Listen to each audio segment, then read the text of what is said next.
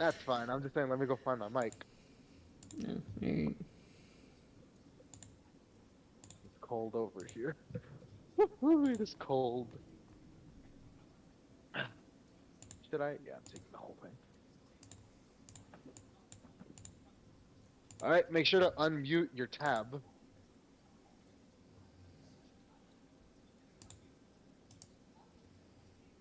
I, let's hope the wait was worth it.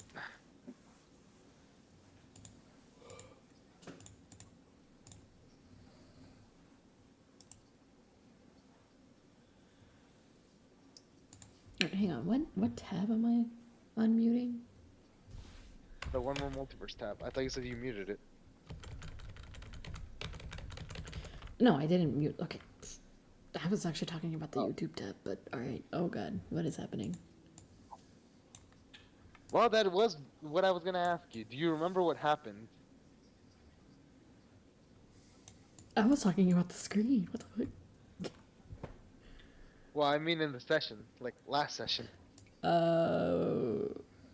Since I did get a little bit of a recap from when I went through the video last time, the ending was Aurelia and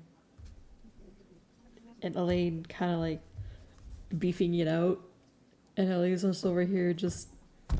I said I had her fiddling with just the scarf, not the pieces. All right. Let me just switch Yeah. mics and we'll continue. Yeah, it's close enough. But essentially, hold on. This mic isn't connecting. There we go. All right, we've got better audio quality now. Do we though? Do we? Do we not? I don't know. Do I not sound any different? Okay, actually, yeah, you do a wee bit, just a wee bit.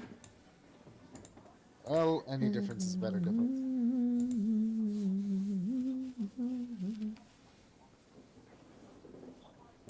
So, to recap, what happened here is essentially die. Elaine was going to put Aurelia to the test because of all the stuff that Aurelia has done, which is nearly nuking not only the party but Fire Jolt by causing Sylvian to rampage once more.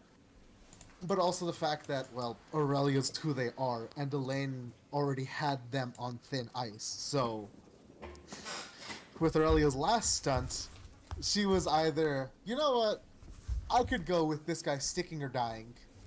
Let's see which happens. Okay. And because of Ellie's intervention, Aurelia survived. Really quick, am I supposed to be seeing this weird little cube and that guy and some little glittering lights? So, glittering lights, yes. Cube, I don't know what you're talking about. I'd say look at the live so you could see what the fuck I'm talking about. Okay, so this arena broke is what happened. Oh, well. Why'd it break? Oh, good thing we're not coming back here. And I'm But just yes. like all the way over there. I mean, Yeah, I'm no. in the dark. This arena broke. Lovely. That's what happened. No, like legitimately, like this is what I was talking about with levels breaking on One More Multiverse. Oh Lord, that looks fun, right? Yeah, no. Alright. Trust me, it's twice as fun to fix.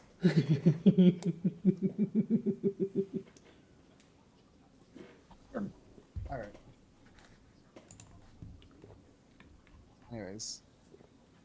So that was the recap. Essentially, with your help, Elaine has no other choice but to accept the fact that Aurelia's kind of a necessity, despite the fact that they both hate each other's guts. Essentially, Elaine for not Elaine hates Aurelia for, well, stealing Cassius's body, and just the general fact that Aurelia is evil and has very much done evil stuff to the party, and Aurelia hating Elaine because, well, I just don't think that Aurelia likes Elaine. Elaine trying to be, well, somewhat being of a know-it-all, as well as the fact that like they will not take Aurelia's crap in the slightest. So they come to a second, very shaky understanding-ish, saying, as soon as this is over, I never want to see your face again. And Aurelia said, gladly. But for now, Elaine's not interfering with whatever Aurelia has, instead, as long as it's not outright killing a party member like he almost did to Ellie. And I got And Ellie will stuck. stay out of his way. Yes. Part of the reason why Aurelia's still alive and not atomized is because the person that they almost killed stuck up for them enough to literally back them up in this fight. So now, we're gonna be pretending like all this happened in its own time, and now there's a return to Fire Jolt. Problem is, things have not gone well in the little bit that y'all have been gone, which you will see now.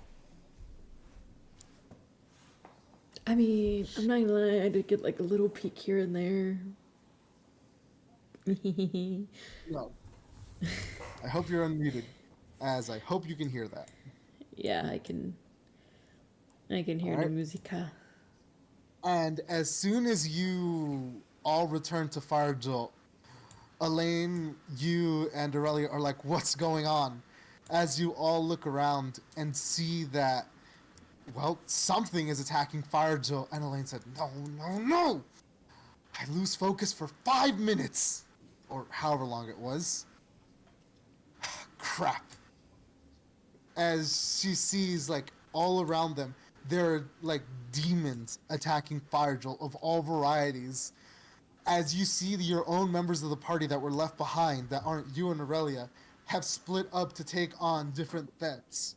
Trevor up top dealing with, like, this sort of animated pumpkin and bat-like demon. Cinder to the right, fighting this hulking mass of red armor and hair, alongside a demon with some scythe that's attacking a ghost and another dragonborn, trading blow for blow. Down, you see Aurelia in the library, or in the study section, having to deal with 2 different variations of demons, whereas to the right, Adavia and Sylvian are working together to deal with this creature that's fading in and out of reality, as well as this like 10-foot tall bovine-faced monster.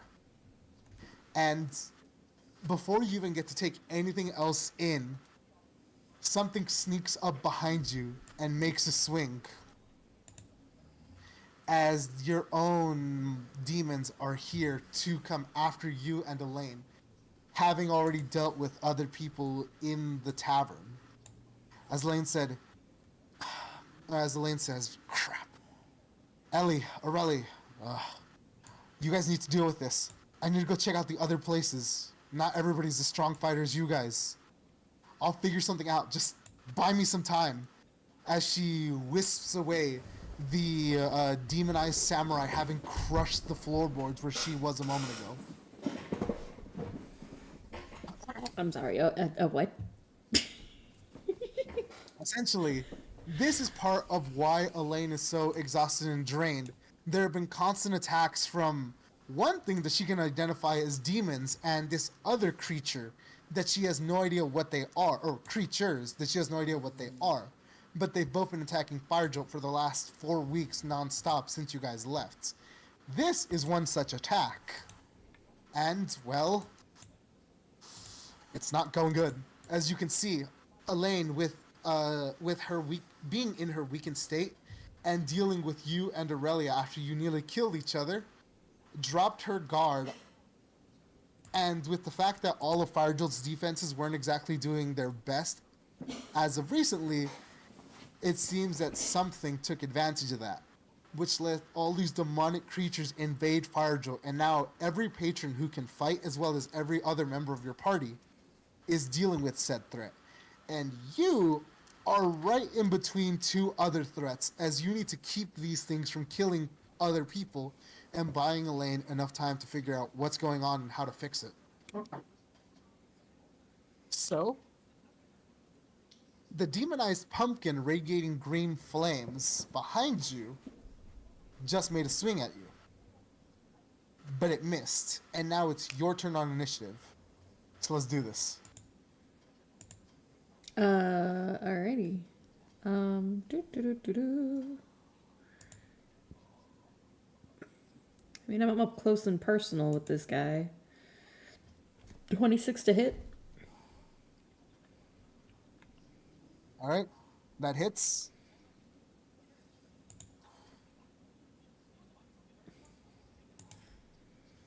Uh, 18 damage. 3 of it magical bludgeoning, 7 of it psychic, and then the other 8 is magical bludgeoning. Can this thing be charmed? No. Alright, well, it still needs to do a con save or be prone. All right. So as you swipe towards the demonized pumpkin, you slap at it with your whip, correct? Yep. And right before it makes contact, flames rise and pulsate out of its body, becoming so intense they're essentially physical constructs, deadening some of your blow as it only takes half damage from the attack. You feel the psychic energy travel through the flames and hit its body, but even then, there's not much of a mind there, as it's been demonized and turned into a soldier to fight, but it's not truly an awakened creature. So it only takes half damage from what you just did due to its fire materialization, and it takes no psychic damage. So which one of those is a psychic die? The D10. So it takes 6 points of damage. Don't forget, it's first to turn on combat. And you have not read any of your new assassinate features, so guess you can't apply them. Also your Gloomstalker features, but at this point I should not be reminding you of that. I thought the whole assassinate thingy is if it was something that didn't take its turn. And since it took its turn and I didn't surprise it, it didn't do anything. And this is why I told you you need to read all the stuff that's new, but you don't read. I literally told you 2 weeks ago. I cannot read. Cat, this is literally for your, it's for your own good. At that point, if you don't want to read, then you don't get the new powerful stuff. Damn. Take the rest of your turn. Alright.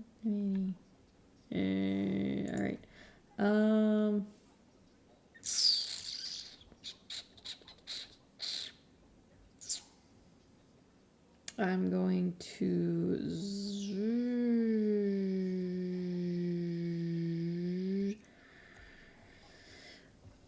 I'm gonna Zephyr Strike to move. Do you have the spots for that? I think I have 2 left. Yeah, it says I have 2 left. All right. Mark. Thank you. Shit. So I'm gonna move. So that's 5, 10, 15, 20. 20 over and 20 up.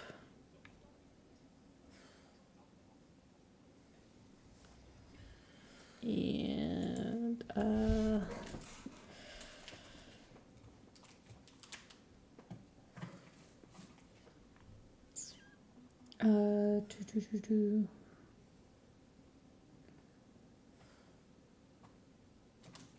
I forgot. Did I throw one of the bolts on the bow last time? Or would I have to do it all over again? You'd have to do it all over again here. Alright. Well, my last bolt, I guess. I swear you're not marking resources, because I'm pretty sure you only had 1 bolt left.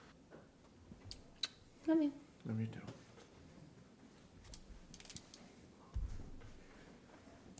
it was just whatever was here. I just marked it. Alright. But I swear, Kat, you better keep good, or you better be getting better at bookkeeping, I swear. Okay, well, now that is there. I aim and shoot with the bow. Oh Lord, that is a fail. That is a miserable fail. You miss. I'm gonna try one more time. What is with these rolls? What the fuck? This thing is rigged. Who you aiming at? The pumpkin guy. All right. That hits. Hang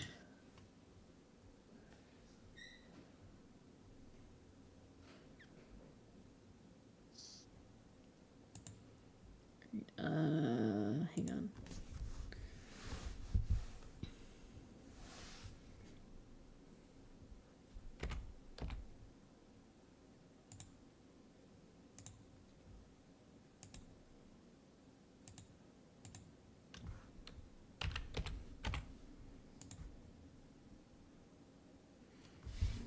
It is a D8, and fuck, was the lightning a D6?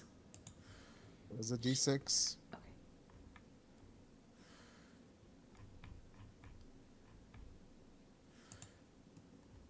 Nope, that's not it.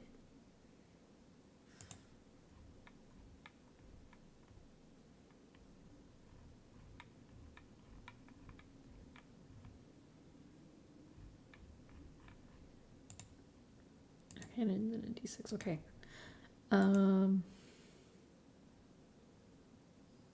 So a D8 of force from Zephyr Strike, D6 of lightning, and then a 2d10 plus 9, 29 points of damage. 5 being lightning, 6 being force. Magical pierce. Oh, force. Yeah, Zephyr Strike. And then the others, the 18 is magical piercing. Radiant range. Oh no, sorry. The 1 is magical piercing, and then 8 is radiant. And then plus All right. 9.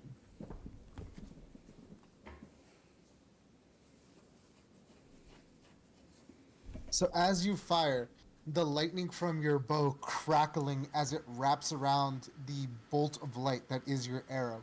It flies, the air around it hissing as though it's being turned to plasma from the speed and heat of your attack. As you deal 37 points of damage to the demonized pumpkin, the light of your arrow seemingly purifying its green flames. And then this is a slow weapon mastery. What does that do again? It slows down its movement by 10 feet. Okay.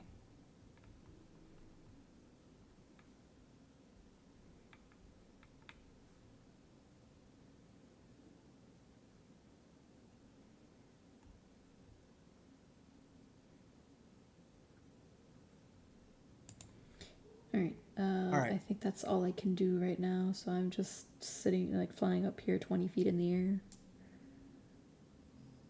All right. So, as you're up there in the air, the demonized samurai turns to look at you. Oh, Oh. end your turn. Turns to look at you. As Also, you see. I cannot see it on my nothing. screen. What do you mean you can't see it? There is no samurai on my screen. You don't see that? See Refresh what? your page, cat. Oh lord. Alright, hang on. I gotta do this thingy. And then what is it? No QT history reload. Ah, the music is gone. No.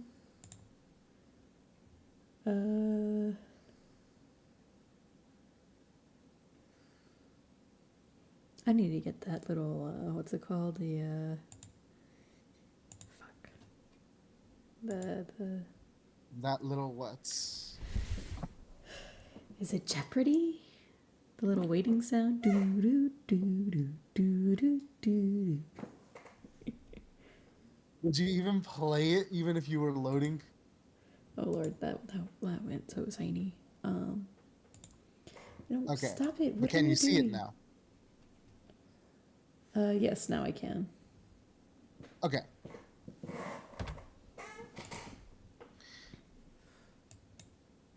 Well, now I need to make an athletics check. What I'm about to do. Um. Oh, I was about to roll a d10. Do I have to do a contesting roll? No. Damn. How high are you? 20.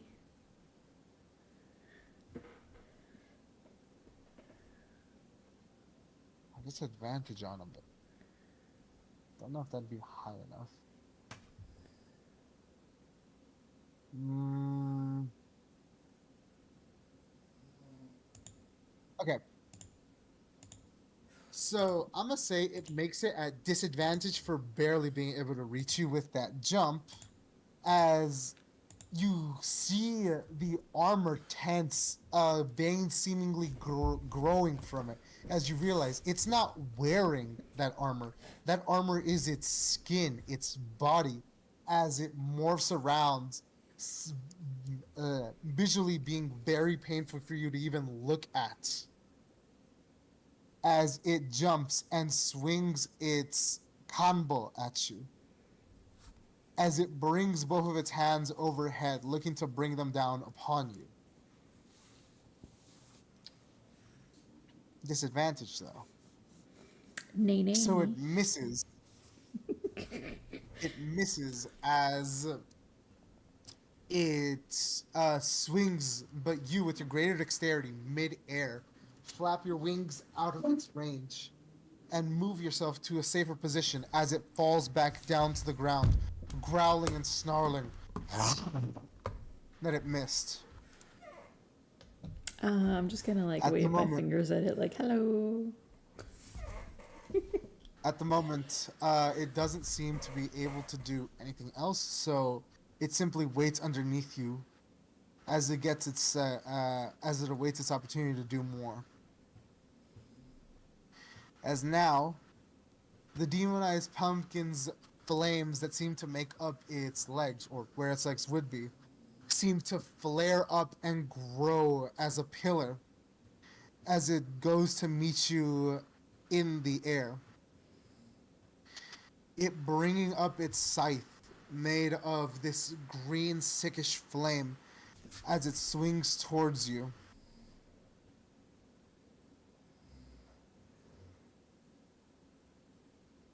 Does a 23 hit? Let me double check something really quick. Where is it? Where is it? Where is it? Where is it? Where is it? Where is it? Where is it? It was over here somewhere. Where the fuck are you?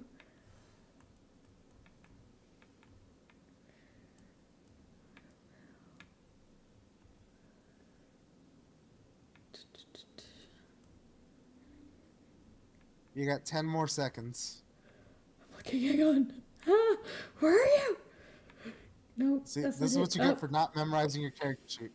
5, 4, 3, Hang on, wait. What is the evasion? 1. It allows you to All make right. the save dexterity on only half damage. Either way, it's only half damage. Oh, no damage if I succeed, though. If it's a dexterity save,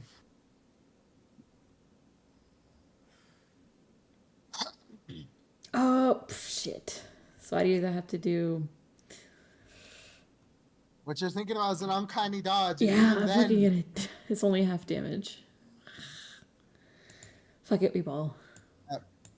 It hits.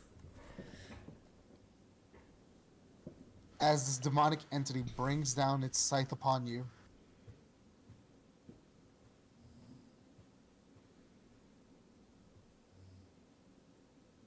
Dealing... how much damage is that? 8, 6, 13 points of magical slashing. A green trail being left behind as though it were an after image. As that, you expected it to burn you. Your expectation of your immunity towards flame giving you confidence to not feel the effects of it. But instead, the sliced part of your clothes and skin begins to rot. As you realize that is instead necrotic energies fueling this creature, those greenish flames, not being flames at all, but rather, I don't know how to describe it, well, demonic magic, essentially. as you take 18 points of damage, unless you have a special interaction with necrotic. It then raises maybe not. 18. It then raises its scythe once more, looking to take your head off with it this time, as it goes for a cold shot. Oh! At the last second, though, you bring up your whip and nearly knock the scythe out of the creature's hands, as the psychic energy seems to create a sort of weak barrier. The demonized pumpkin being forced to retreat and float in the air, waiting for you to make your next move, hoping for the opportunity to remove your head from your shoulders. As it is now Ellie's turn once more. Pew pew, motherfucker. Yeah, I'm gonna. Can I?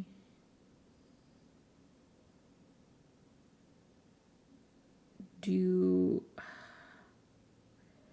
Would it be perception or something where I can like try to figure out what its weak point may be? This would be closer to Arcana, Fuck. because it's a demonic creature and not one you even have any idea of. So you'd have to like probably make it a disadvantage, if even that. Unless Ellie somehow knows something about demonic creatures. I mean, she is technically half one. So wouldn't she know You're something? You're a fiend. There's a difference between devils and demons. Oh, damn. And even then, you don't even know your father, who is the tiefling. Not even a devil, by the way, a tiefling. So no. Your heritage would not give you any insight on this, because you don't even know your heritage. I really want to know, though. Like, I want to see if Ellie could, like, figure it out. I want to see what the dice gods say. Well, Arcana with disadvantage to see if you can figure anything out. 16?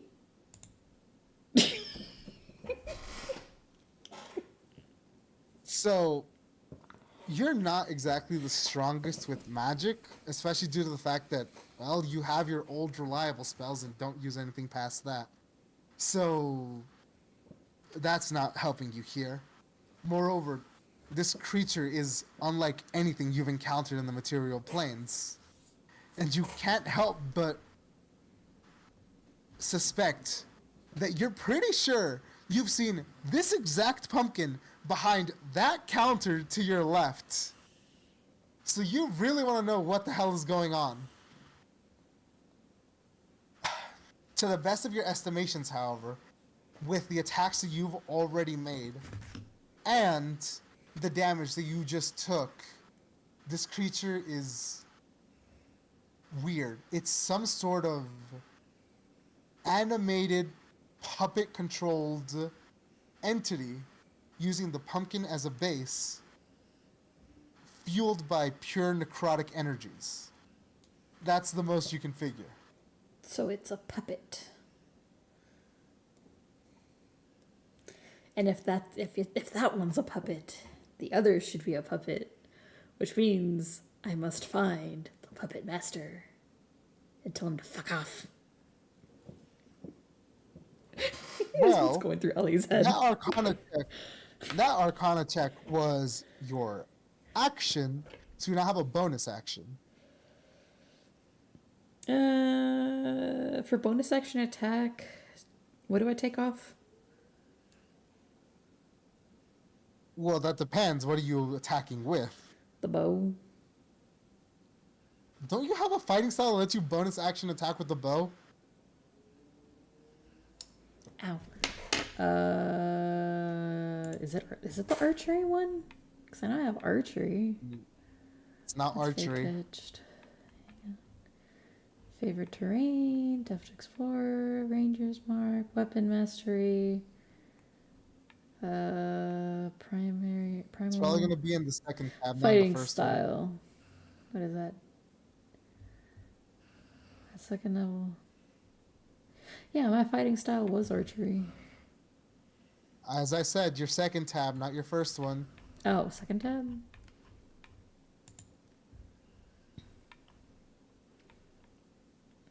Pack tactics, panic shock, close quarter shooters. Attacks opportunity with ranged weapons. By your AO. How did you read the second sentence but miss the first sentence? I can use my. How? No, it's just you, the last time you said something, it was like I had to like take away some of the numbers or some shit. That's what I was If asking you're about. making a melee attack because you don't have a specific ability that lets you bonus action attack, you're using the home rule. But this is a fighting style that lets you ranged weapon attack, so you don't have to take anything off. Oh, okay. Okay. Yeah, I'm just gonna shoot at the pumpkin for now. All right. I want it to go away. 33 to hit. Soft crit. The soft crit means I can either choose max damage or roll. Mm-hmm. Yeah, max damage, might as well. So 2d10 plus 9, and then the d6 from lightning, right? It was d6? Yes. Okay. So... That's Yeah, 44 1d6. points of damage. Alright. And, I have movement, right? Yeah. You have movement, yes. It's gonna trigger, though. But fuck it, we ball. I'm gonna move opposite of this man. So 5, 10, 15, 20, Okay, 25, so attack opportunity. 30. Wait, does he have Sentinel? No, but you didn't disengage. Because I already used my bonus action. Are you saying that I have a so disengage you're- free action? Okay, Cat. Okay, what do you mean, does he have Sentinel? He's getting an attack of opportunity because you moved. Yeah, but I need to know if I need to, like, be stuck here or if I can be over here. So that's Well, 5, 10, first 15, things 20, first. 25. He's making a called shot against you. This time against your wings. Ah, you bastard. Although, fair enough. Damn it, he misses. So you're free to move. Okay, so that was 5, 10, 15, 20, 25, 30, 35, 40. You know what? I'm gonna be behind whatever this is. It's fine. So right there. That's on the floor. No, I'm above it, so it's fine. Alright. Well, he was standing there, just moved it for simplicity's sake. As now, seeing its opportunity to get you, the demonized samurai runs and climbs up this thing, viewing it as difficult terrain, as it's now elevated 10 feet off the floor, leaving you within its range. As it brings itself up, partially destroying the machine, as you look and you're like, really hope I don't have to pay for that. Elaine's gonna kill me.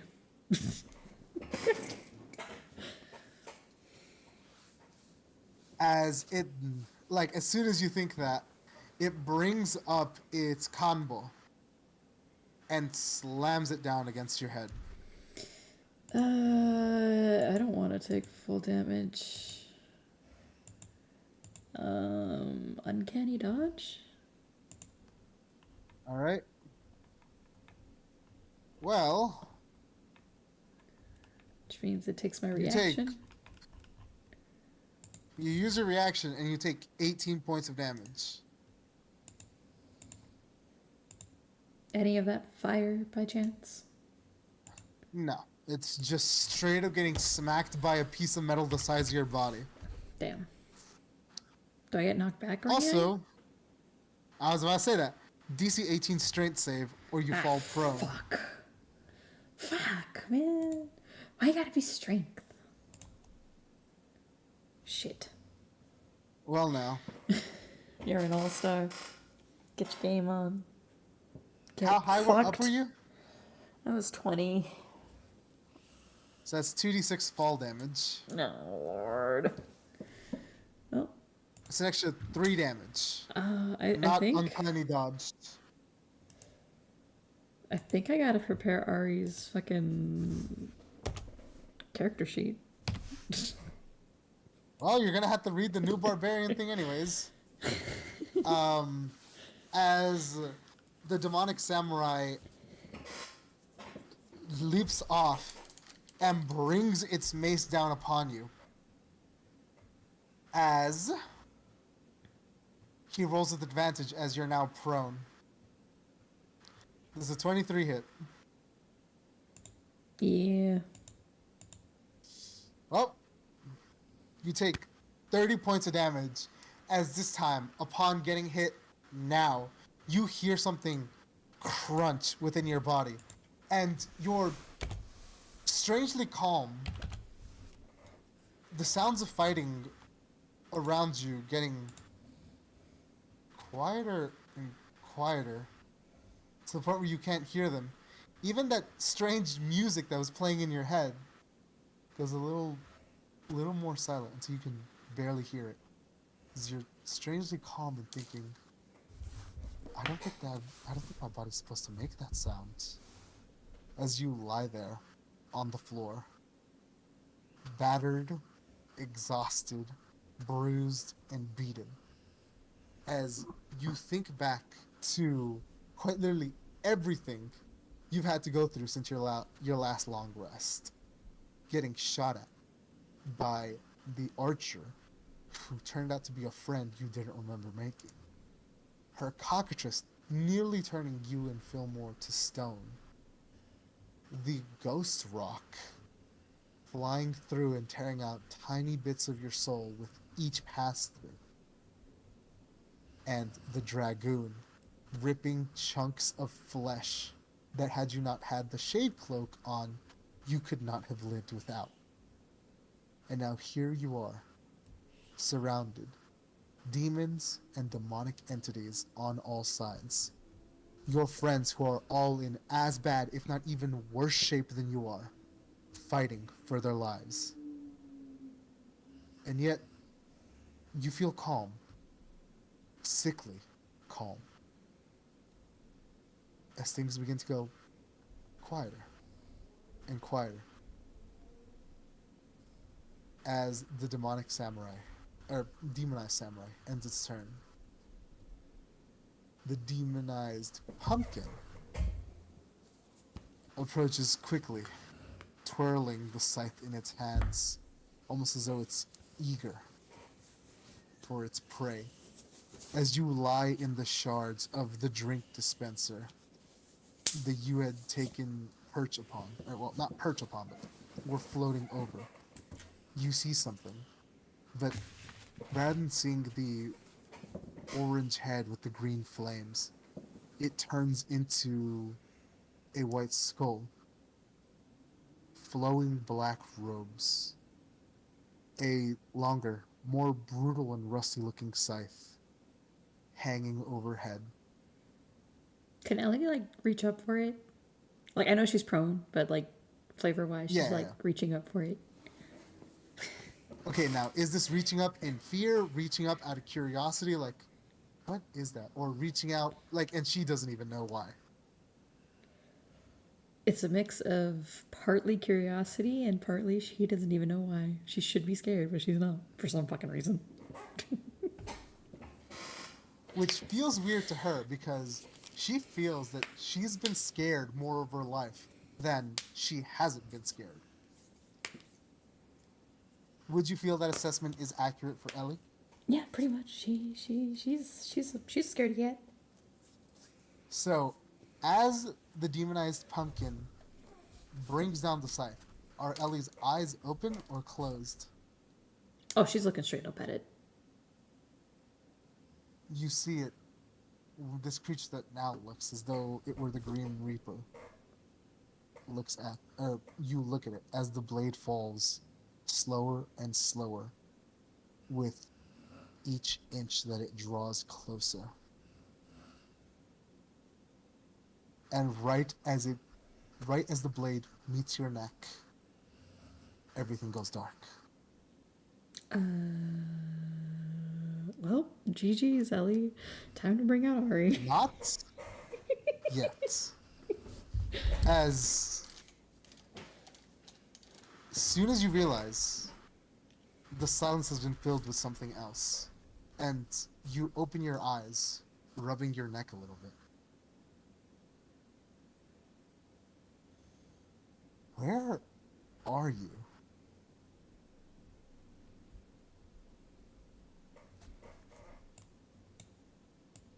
This looks a little familiar.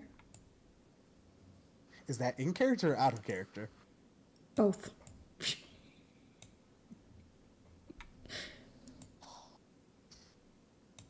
Upon awakening, with quotation marks, you find yourself in a somewhat familiar place. This place is familiar, right? Yeah. You know where this is. It's where you met the elf lady. The one who was the art... Oh, right. Her. As your memories flash back to how your last encounter went down and how it ended. You can't help but wonder, though. Why are you here? The last thing you remember... Oh, gods! The demons! Fire Jolt! You need to go back! You need to wake up! Can you wake up? Are you even still alive? What... Further on, continue. What might Ellie be thinking? Or doing, rather.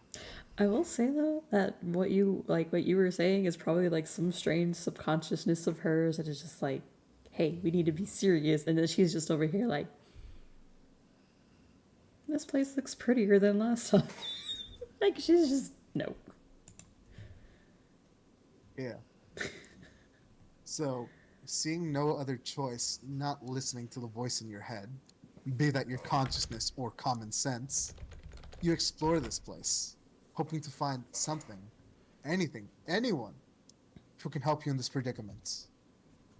As you look around, you remember all that you were told last time, that this was her home, where she grew up.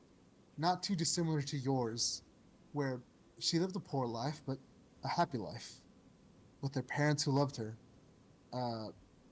Well, at least. That's what she had told you. But now you know the truth.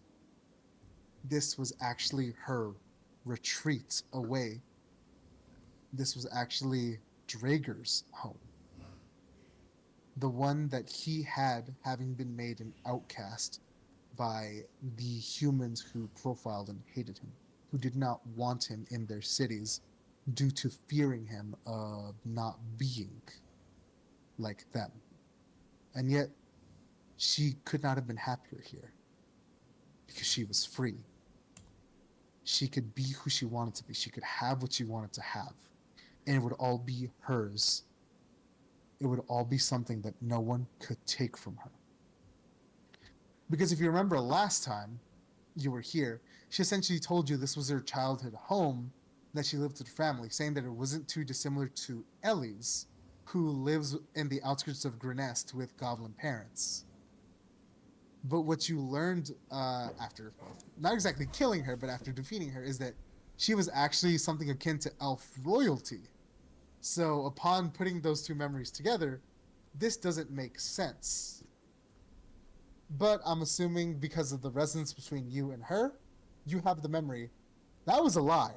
Kind of. This is where her life started, but not literally, rather metaphorically. This was the first place she lived, having come to live with Draeger, the Dragonborn who saved her from that life. And obviously it's not like the cleanest, most richest place, but she was happier here than at any elven forest or palace. And the thought is a little sad to you as the memory comes to you. This was all she wanted. Past the adventure, past the glory. She just wished to live in this little shack with her beloved. She just never got to tell him. And the thought makes you a little sad. What does Ellie do? Does she go around, look, see anything in specific that she remembers? I think she's gonna try to call out. Fuck, what was her name again? The archer's lady's name. Ysolde. Well, it's spelled Ysolde. Well, yeah, she's gonna like call out Ysolde. Like the whole like, hey, where are you? Is anyone home? Knock knock. Are you here? And upon saying that, knocking on the door, a familiar yet scary face pulls around the corner, as you hadn't noticed it due to not exactly watching your surroundings. But then you see Ysolde's pet, the dragon cockatrice, come from around the corner, and it looks at you, and just all these memories flash back of it trying to kill, gouge, and turn you and Fillmore into stone. What does Ellie do in response to seeing this thing? Turn the corner, having not seen it before. She's gonna pet it. She's gonna come up to it. Tentatively, or with full confidence. Oh yeah, she's just gonna like fly up to its head, I guess, because it's probably like way taller than her. She's gonna fly up and just like pet its beak or something. Well, against all reason. Ask it where Ysolde is, hoping it understands. Against all reason, you feel safe despite the horrible memories you have of this creature, but you know that this isn't it. At least, not the one that you fought. This is the last memories that were left within the vestiges of the scarf that you now wear. As it seems to recognize you, either as Ellie, or perhaps it sees you as Ysolde, the one whose memory you carry. As its flames escaping from its beak do you no harm, and in fact feel comfortable, as though you can sense its emotions through those very flames. As it seems happy, purring at you. Which, by the way, chickens and roosters can actually purr. So it does a strange purring. It's very deep, but it's soothing. It's nice. It's like how the As you pigeons pet do it and little ruffle its cooing or feathers. whatever. Something similar to that, yeah. Just imagine a chicken mixed with a dragon making that sound. Oh lord. As it seems to nuzzle up closer to you, having seemingly been alone since the last time that you came here, however long ago that might be, as time has become a bit of a wacky notion for you. So, you said you asked it something? Yeah, she's Ellie's gonna like ask, like where Ysolde is. Where's your elf? I would say human, but we're not human. So where's your elf? Yeah. So it looks you in the eyes, and it seems that there's an understanding there, but all it does is simply nuzzle in closer to you, whatever that means. Give me a perception check.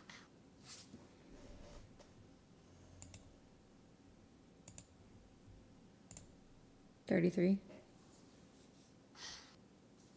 Alright. So, as you do that, with it nuzzling, it forcibly turns your head with one of the turns of its head. And with that, you see someone off into the distance, though you only see their back. And you'll recognize that figure anywhere, as there's a guilt associated with it for you. That long blonde hair, those now non-tattered clothes, as you see her, but as herself. Her, living hair flowing to the wind, her bow and clothes in perfect condition. And, what do you do? I think Ellie's gonna go up and like fly into her to hug her. She's gonna have like the like it's gonna be like that weird flashback. She looks at Ysold like this, and then the flashback of Ysold all like, you know, dead and unable to say anything, and it's just gonna make her cry. She's gonna like essentially fly down. Alright, so move towards her. I can't move And because time is as- paused. And as you move forward, something goes wrong. Something happens. As Ellie's vision very subtly and very quickly goes dark. And instead of going to greet that person that you, well, now know to be your friend, your sight goes fuzzy. And in a haze, theater of the mind this for me, which is to say, power of imagination this. You return to a memory you have not thought much about, despite the gravity of what happened. As you see yourself climbing into that weird coffin once more, that giant stone statue peering down upon you. Yet this time it seems to be looking at you. Its expression, rather than being static, has its head turned down in a hatred and disgust towards you. Its eyes radiating this sickly liquid as this viscous purplish green flows down. The statue seemingly shaped to bite its lip in anger, more of that liquid bursting from the point where the teeth and the skin of the lips make contact. But in that same memory, you pay it no mind, as instead all you see is your body not listening to you whether or not you want to stop, carelessly hopping into that same little coffin. But instead of feeling the backdrop of the wood, the lid closing in on top of you, you float there. And float there. And float there. An endless expanse of loneliness and shadow surrounding you on all sides. And you just sit there, waiting, unable to move, unable to think, unable to feel. An eternity has passed. And just as you thought your consciousness would age to dust and blow away, your mind not being able to understand this lack of stimulus, a horrible, empty dread overtakes you. There was nothing. There was meaninglessness. There was not supposed to be anything here. And yet, a strange energy seems to radiate from all directions. It fills your mind, your heart, your soul. It gets louder and louder, but there is no sound. As it crescendos, and you feel it. It. A cascading, uncontrollable, uncaring deluge of the worst emotional spectrum that Ellie could have ever imagined. It was her own fear, the fear of being alone, of being in this darkness, of being in this box that had killed her once already. But it wasn't doing that. It simply had her there, and she couldn't decide if this was worse. But then she realized that this fear stemmed from a hatred. Not her own, but hatred for her. Hatred for all that was her, for all that wasn't her, especially for her, especially for things that weren't her. Hatred for everything that wasn't it. It hated and hated and hated and hated. There was a hatred that could fill 1,000 worlds and still not be sated.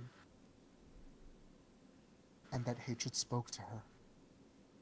She knew the words that it spoke, but she could not assign meaning to them. as though there was some mental barrier or subconscious protection that was trying to keep her from understanding it from all costs. That meaning would mean the end of her existence. But whatever it was, broke. Broke as easily and pathetically as her body did when she was slammed to the floor. Hit over and over again, creating a crater. And now she didn't know what was more broken. That barrier within her mind, or her body out in the real world, if there was anything left of it.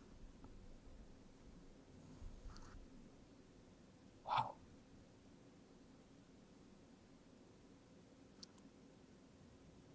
Upon that realization, however, the fear didn't stop, but there was something else.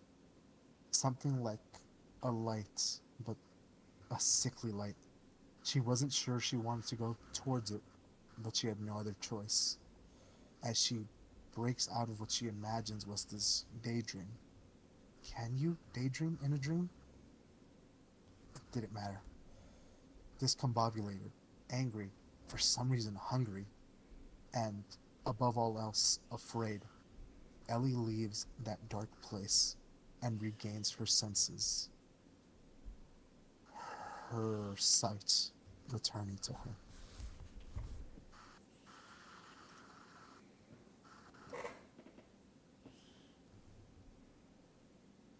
Oh yeah, that's not creepy at all. Totally not.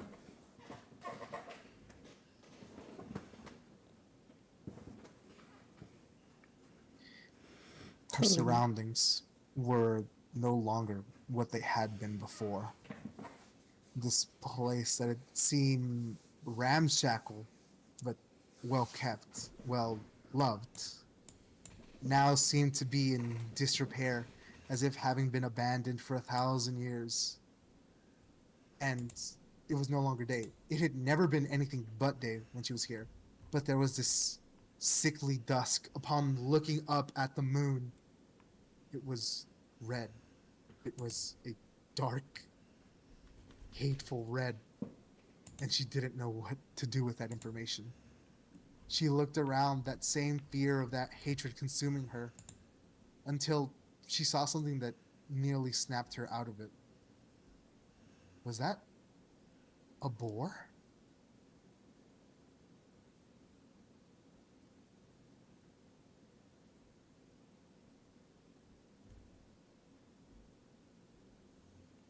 So, does Ellie say anything?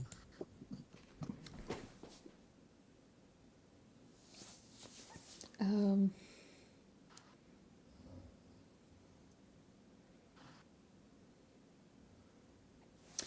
She's going to. She's going to ask the boar what has happened. What happened to this place? Standing before her, this massive boar seems to ignore her words. It speaks, but without language. It speaks, but without moving its mouth, as though the conveyance of either thing was not worth it when it came to Ellie. That this inconceivable speck of a creature was not worth the effort to speak or move its mouth in a physical sense. So instead of conveying what it wants to say through speech or words, it sees no use in making the effort. Filling Ellie with the intention behind its actions. Which is why there will be no dialogue rather than me describing what Ellie understands. And upon it beginning to radiate this intention, you see something horrific from the corner of your eye despite the fact that you're frozen stiff. You see the dragon cockatrice that you had been cuddling not moments before melt away in goopy flesh, obviously being very pained by the procedure as its feathers and flesh begin to rot, its bones being all that were left. As suddenly, reconstructed from that mass, undead begin to pile around you, the bones snapping, malforming, and shaping themselves as you are very quickly surrounded by what could very easily be called an undead army. Obviously, not going to put them all on the screen, but you realize there's no way that all came from the one cockatrice. What's going on doesn't make sense. This light, the situation, I wasn't. This isn't your brain still reeling from the fear you felt before. It was hard to put together a coherent thought, much more so once you finish processing what it tells you. As it says that it knows what a simple, scared, pathetic creature like Ellie wants. It promises things to Ellie. It doesn't offer, it doesn't ask, it tells. It promises her that she can leave the fighting that has injured her so, that which has left her on the brink between life and death. It promises her that just as she does, it will think of Firejolt and of all the other pathetic life that can be found within, too weak to even deserve to live, and yet still wishing to be protected by the one standing before her. It promises her, simply on the merit that they weren't it, they didn't deserve to live, but it would help her. It promises her that even if she isn't the one who made the deal with just as somebody else in her party has done, all she had to do was give herself over to it. It promises her that it will save her and her friends, even the one who wears his brand. It has dealt with. It promises her strength, safety, wealth, fame, information, all the eyes and limbs that she could ever collect on her own. All of it. And maybe even her sister. It promises her that all Ellie has to do is accept the favor. It's not a gift. It's not a question. It's not a demand. It's a favor. Oh no. It's not a gift. Not yet a gift, but a favor, which shall, oh so soon, be collective. Ellie knows, maybe she even feels that in this fear she wants to wisecrack, but something tells her, DM, that this requires an answer. Yes or no? Does it promise to accept, or does she promise to refuse?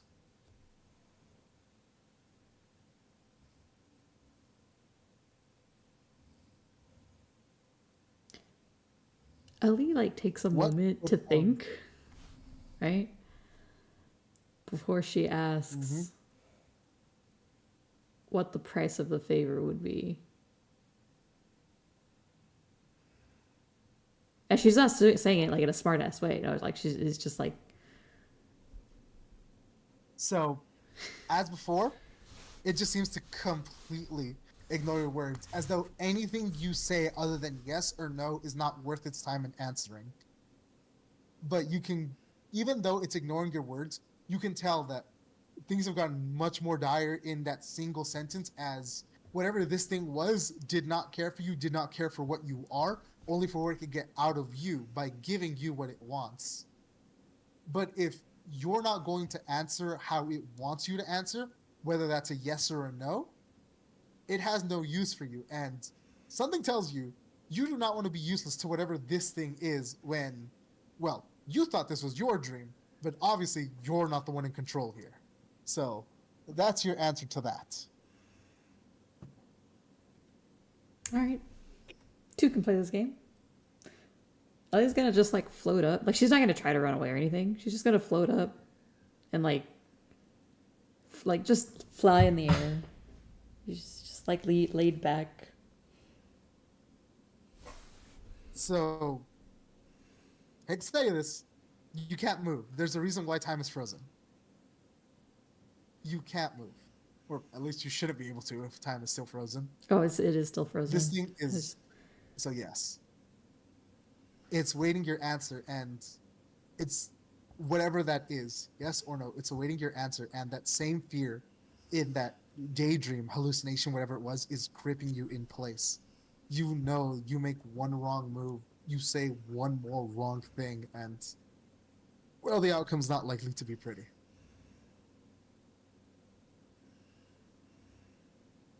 So it asks, well, it doesn't ask you, it doesn't care to direct its word towards you again, but its words reverberate in your mind.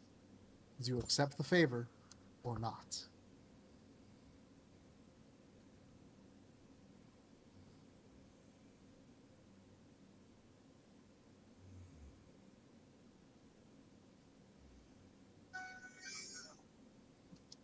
Make your decision while I answer this phone call. I gotta think. Oh Lord.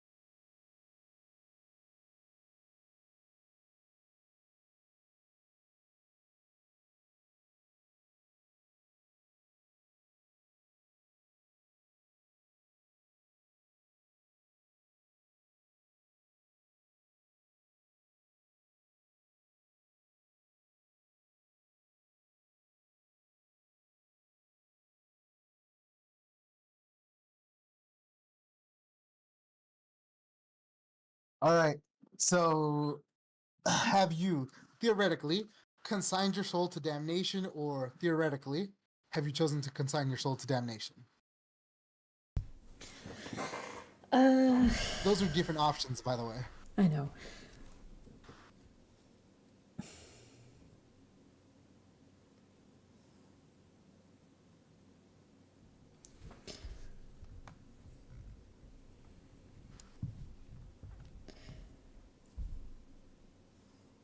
Ellie's going to respond with conditions, so to say. It was gonna go well, It's not gonna go well. It's never gonna go well. and yet you still do it.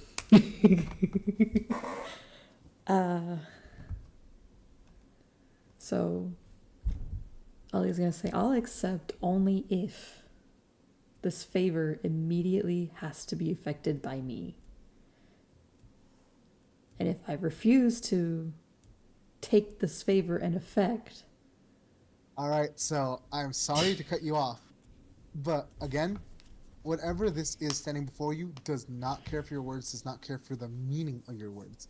All it heard, all it cares about was, I accept. So as Ellie is about to try to lay down her conditions, her mouth is shut. Or rather, it stops working. As she sees all of the skeletons edge closer, she cannot feel her mouth, her muscles.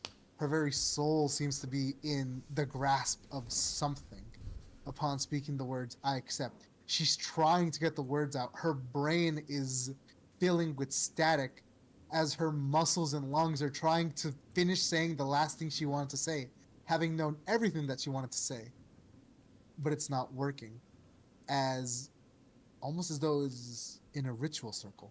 All these undead creatures surround her, and her eyes are peeled open, forced to look at the boar in front of her until she sees it. It itself doesn't change, but her understanding of it does. Whatever she's just agreed to, unwillingly or not, has changed something about her fundamentally, and she doesn't know what that is. As it's not as though it shapeshifts, it's not as though it goes from one thing to another, but she knows she's looking at the same thing, but it's not the same thing. It's different. As her mind now sees, instead of that boar standing there before her, it's this massive creature, towering even higher than that Empyrean that she had seen in Elaine's memory not too long ago. And this thing radiates maliciousness, evil intent, hatred towards all that isn't it. And she understands there was no dealing with this thing. This deal of yes or no was her only choice, and she now is terrified. She doesn't know which would have been the worst option. All she knows is she's locked into this one, as in the hand that is not holding a staff with the skull on top reaches out towards her. As for the first time, the creature seems to exert the effort to speak. Oh, lifeblood of devils and living being that is an abomination upon this existence, despite your sin of daring to be all that is not me, I, the Blood Lord, the shadow that was, will belay my granting of your final gift and use you as a grateful tool to bring about what shall be. Arise and walk forward with the weight of having been in my presence as one who now carries a favor marked to receive a true gift. Now, be gone from my sight. As upon those words, ever so slowly, his hand was reaching deeper and deeper into Ellie's body, and you felt the pain, but it was numbed by something deeper within, as you saw the impossibility of first its hands that were longer than your body was, well, essentially wide, go through you, and you expect to hear the squelching and breaking of ribs and skin as it punches through you, but instead its arm simply keeps delving further and further within your body, the impossibility, as you regret your decision. Whatever decision brought you here, you regret it. So you feel your terror mounting, the only thing that you're now either allowed or capable of feeling, as it's to the point where even your special ability, Fear Moves the Hand of Fate, is constantly activating, changing fate over and over again to either get you out of the situation or have the situation never have happened. but nothing is changing. Whatever is happening cannot be stopped. And then your vision finally goes dark. But this is different from before. An internal coldness, unlike that which you have ever known, drifts throughout your very existence. You felt the cold. Hell, not so long ago, you think. There was this business with the freezing cave dimension, but this is different. You have tiefling blood running through your veins, the very flames of hell in your lineage, and that was present even within your soul. But this cold was reaching beyond that, reaching further, even further, as that hand that was reaching through you now seems to be aiming to the very core of what makes up your essence.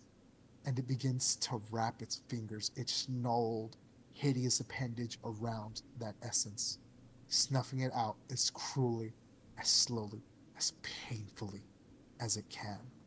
A smothering, suffocation sensation being the last thing that Ellie feels before her consciousness ends. Because Ellie has died. And we'll pick up with what happens after that next session. All right. Not that kind of death, though. Well, you'll see. So still prepare Ari's character sheet. Got it. No, don't worry. This, for now, will do what it says, but you'll see how that plays out next session. If you can make it. Otherwise, I'll stream it to you and tell it to watch. All right. I mean, I'll try to show up, but I don't know. Yeah, don't worry. Thanks for showing up now, since this was actually like the next thing I had planned as soon as, well, you and Aurelia finished Elaine's trial. All right, let me stop So, the stream. have fun.